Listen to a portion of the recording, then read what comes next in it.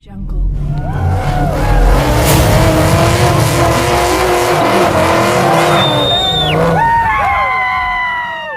What's going on, guys? Alright, so this is the final video for this build, or this tribute for Bisforbuild. To give you guys an update, I did utilize the interior from a 98 Cobra, which is this casting, and use the interior for this one. You can see on the passenger side right there, you got the roll cage. It comes together in the back right there. And then I utilized the steering wheel as well as the computer system that's on the dash. Go on the driver's side, you can see the roll cage there. If it can just focus. There we go. So yeah, you can see it right there.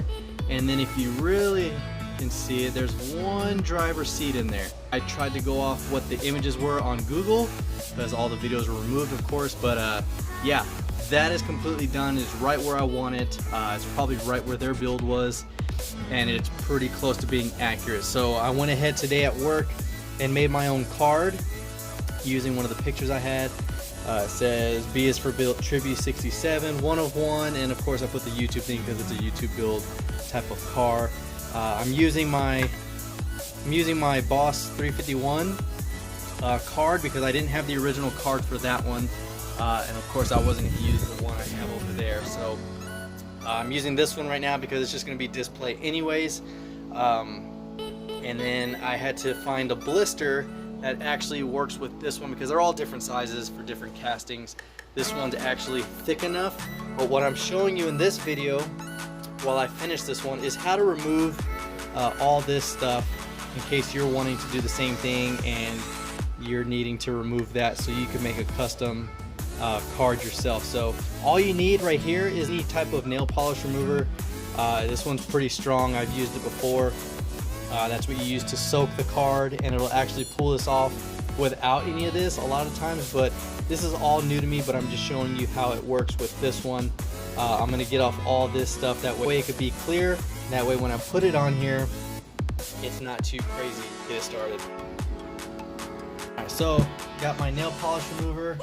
I'm gonna go ahead and use a microfiber towel, that way it can kind of soak in there, and all I'm gonna do is wipe it over this stuff on the back, the cardboard that's originally on there.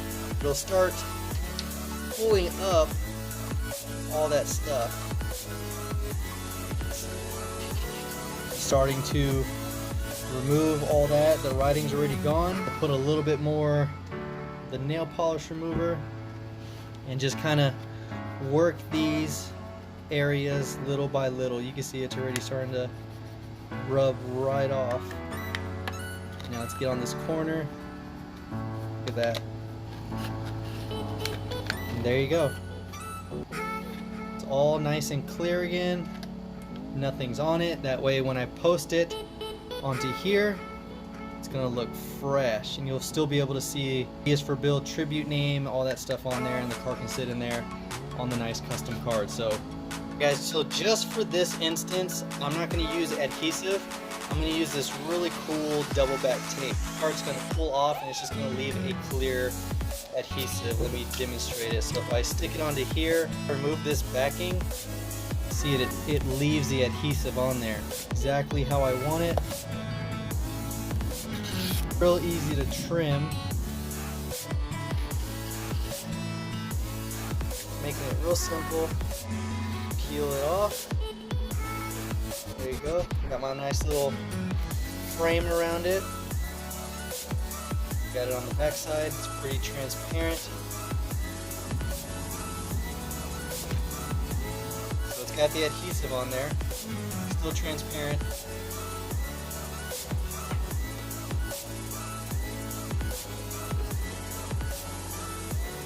And there we go. Stuck on there nice, don't have to wait for any glues. It's still transparent. It's not gonna leak out. All that good stuff. And there we go. Now it's carded, and this custom is done. If you like the video, give it a thumbs up. If any of this helps you, let me know down below. And of course, until next time, this is the Mustang Hunter. Peace.